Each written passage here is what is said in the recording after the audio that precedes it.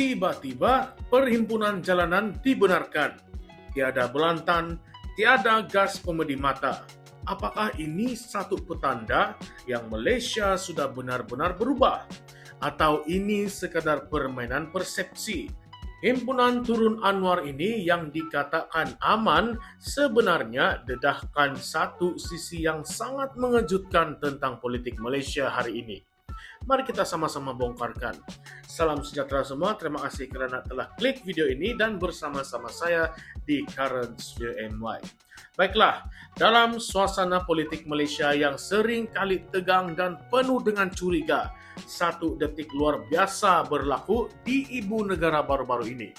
Himpunan Turun Anwar yang dianjurkan oleh kelompok pembangkang berlangsung dengan aman tanpa sebarang gangguan daripada pihak berkuasa. Tidak ada gas pemedi mata, tidak ada belantan, tidak ada unit rusuhan berperisai. Dan ini menurut pengarah komunikasi PKR, Adam Adli, adalah bukti nyata bahawa pentadbiran madani benar-benar mengangkat dan memelihara ruang demokrasi yang tulen. Menurut kenyataan Adam Adli pada hari Ahad, himpunan ini bukan satu ancaman kepada kerajaan. Sebaliknya, ia melambangkan perubahan besar dalam budaya politik negara, yaitu perubahan dari era lama pemerintahan yang keras dan authoritarian kepada satu era yang lebih terbuka dan matang.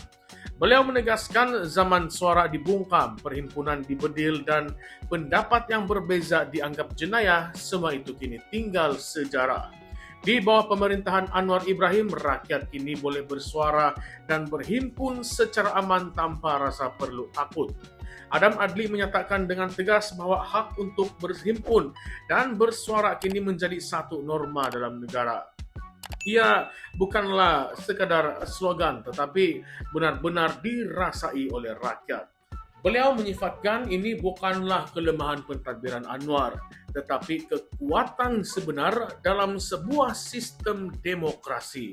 Katanya lagi, kerajaan hari ini bukan sekadar membenarkan suara menyokong, bahkan suara menentang pun diraikan dan dilindungi. Kerajaan tidak gentar dengan suara pembangkang kerana demokrasi yang sihat memang memerlukan kepelbagaian pandangan. Tambahnya lagi, ini sangatlah berbeza dengan era sebelum ini. Era di mana pemerintah terdahulu tidak memberikan ruang langsung kepada suara lawan. Satu sindiran halus yang dipercayai ditujukan kepada era pemerintahan Barisan Nasional dahulu, serta mungkin juga kepada Kerajaan Perikatan Nasional yang memperkenalkan pelbagai bentuk sekatan terhadap protes dan perhimpunan semasa pandemik. Namun Adam Adli tidak hanya memuji pentadbirannya sendiri, beliau juga menyindir pembangkang dengan soalan yang pedas. Adakah pembangkang mampu melakukan perkara yang sama jika mereka kembali berkuasa? Mampukah mereka mendidik penyokong untuk menjadi adil dan celik politik? Mampukah mereka melatih wakil rakyat agar lebih berdisiplin dalam berhujah di parlimen? Dalam kenyataan itu jelas terdapat mesej bahawa pembangkang hari ini terlalu sibuk membangkang tanpa menawarkan idea yang membina.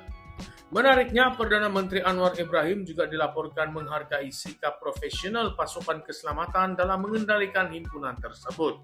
Tanpa peralatan rusuhan seperti belantan dan juga gas pemedi mata, kehadiran polis hanya sekadar untuk pemantauan. Ini menurut Anwar adalah tanda kematangan institusi negara. Anwar juga menegaskan bahawa cita-cita Malaysia Madani bukanlah sekadar menjamin hak sivil, tetapi juga menjamin hak rakyat untuk terus hidup dalam keadaan yang sejahtera, selamat dan juga bebas. Menurut Adam Adli lagi, pada peringkat antarabangsa, Kerajaan Anwar berjaya memulihkan kembali imej Malaysia sebagai sebuah negara ekonomi yang stabil dan dihormati pasca pandemik. Katanya suara Malaysia kini kembali didengari dan dihormati.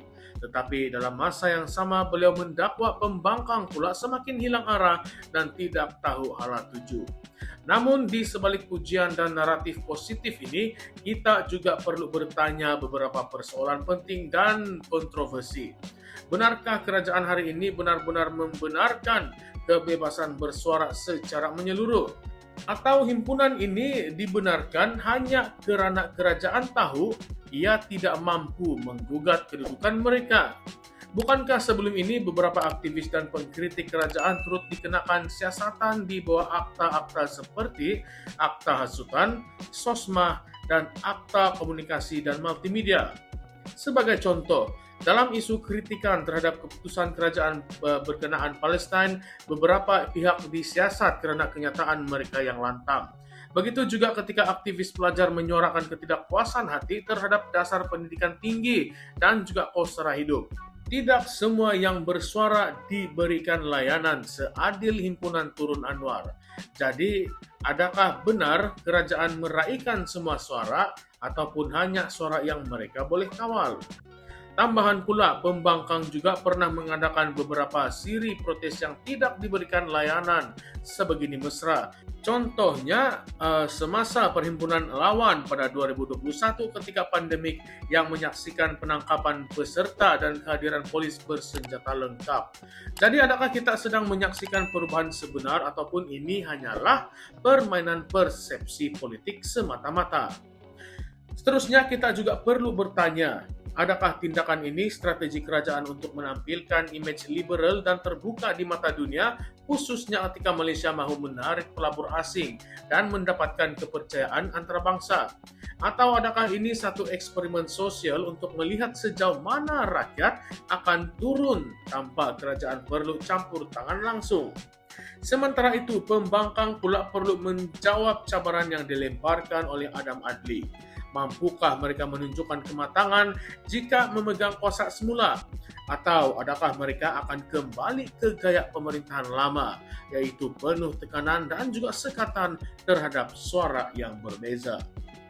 Apapun, satu perkara yang jelas di sini. Naratif demokrasi kini menjadi senjata politik baru. Dan siapa yang pandai bermain naratif ini, nampaknya dialah yang akan menang di medan persepsi rakyat. Nampaknya pentas politik Malaysia sedang berubah, memang tidak dinafikan perkara itu. Tetapi adakah perubahan ini ikhlas ataupun sekadar kosmetik? Dan jika kerajaan hari ini boleh benarkan perhimpunan aman, adakah kita juga bersedia melihat pembangkang diberikan hak yang sama esok jika mereka bangkit? Anda pikir himpunan ini satu kemenangan demokrasi ataupun permainan politik licik? Coba tinggalkan komen Anda, coba ulaskan pendapat Anda di ruangan komen di bawah karena kami ingin dengar suara Anda. Jangan lupa like, share, dan juga subscribe ke channel ini untuk lebih banyak pendedahan seperti ini hanya di Current Sphere MY. Baiklah rekan-rekan, salam sejahtera semua, salam perjuangan dan salam reformasi. Sekian saja lagi, kita jumpa lagi di video ataupun di konten yang seterusnya. Jumpa lagi.